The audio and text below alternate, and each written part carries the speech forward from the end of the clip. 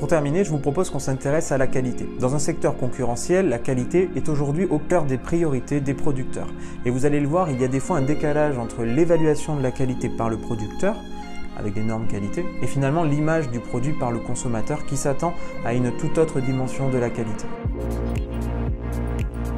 On va commencer par définir la qualité. Qu'est-ce que la qualité ? En fait, ça se définit comme l'ensemble des propriétés, des caractéristiques d'un produit ou d'un service qui doit le rendre capable de satisfaire les attentes exprimées ou implicites des clients.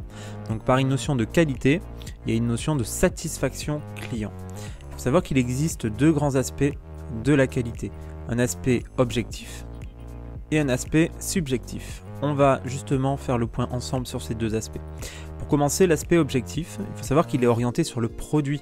Cette dimension consiste à travailler selon des règles et des procédures pour un résultat objectivement mesurable. Je vous donne un exemple avec la bouteille de coca. On va se poser la question, le fabricant, le producteur, va se poser la question, est-ce que le produit est conforme à nos exigences qualité ? Ensuite, il y a l'aspect subjectif. C'est orienté client. Ça consiste en fait à rechercher la satisfaction du consommateur qui correspond à la valeur perçue, c'est-à-dire à la perception par le client de ce qu'il obtient. C'est le bénéfice perçu, le bénéfice client en fait, par rapport à ce qu'il donne, le coût qui est perçu. Par exemple, pour une entreprise, ça va être effectivement de déterminer via des enquêtes de satisfaction l'aspect qualitatif, subjectif du produit. Êtes-vous satisfait du produit ? On va évaluer cette qualité. Alors, du coup, à quoi sert la qualité ? On va voir ça justement ensemble, c'est notamment le fait d'améliorer le fonctionnement et le savoir-faire de l'entreprise. Ça, c'est quelque chose qui est très important. La qualité, à la base, c'est ça, c'est qu'on essaie de se rapprocher de l'excellence. Ça va permettre aussi d'orienter sa stratégie en fonction des attentes du client et ça doit permettre aux salariés de travailler dans de meilleures conditions. Et donc pour gérer la qualité, il existe plusieurs éléments. Il y a tout d'abord les normes. Une norme, en fait, c'est le résultat d'un processus d'élaboration collectif qui est animé par des organismes normalisateurs au niveau international.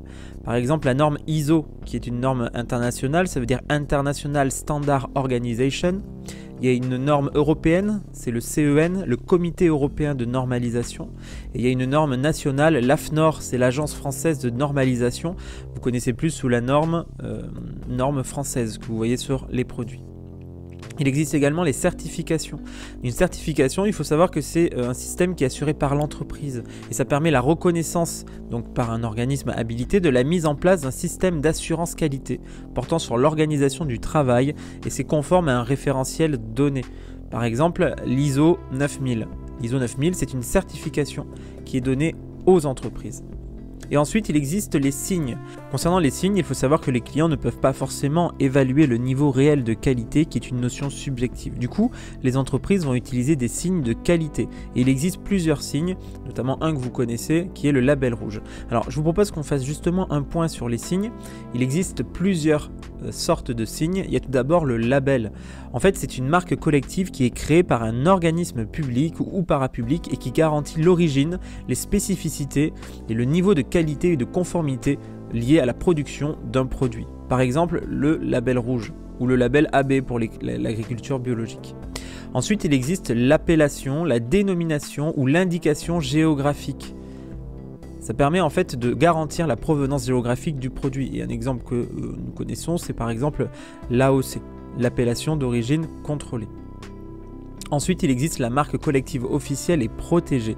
Elle garantit la conformité du produit à un règlement d'usage établi par le titulaire de la marque. Généralement, c'est une association professionnelle. Je vous donne un exemple avec Qualitel. Alors, je ne sais pas si vous connaissez, mais c'est une marque collective qui est apposée sur les logements neufs d'un certain niveau de qualité qui serait supérieur à la moyenne. Et enfin, il y a le logo privé.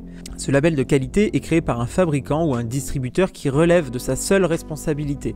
Il n'y a pas de contrôle externe, il n'y a pas de contrôle indépendant.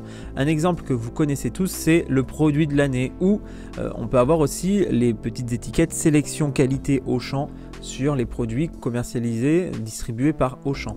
C'est Auchan du coup qui a créé ce signe et qui aujourd'hui c'est un logo privé. Il le rajoute sur certains produits puisqu'il estime qu'il est d'une qualité supérieure.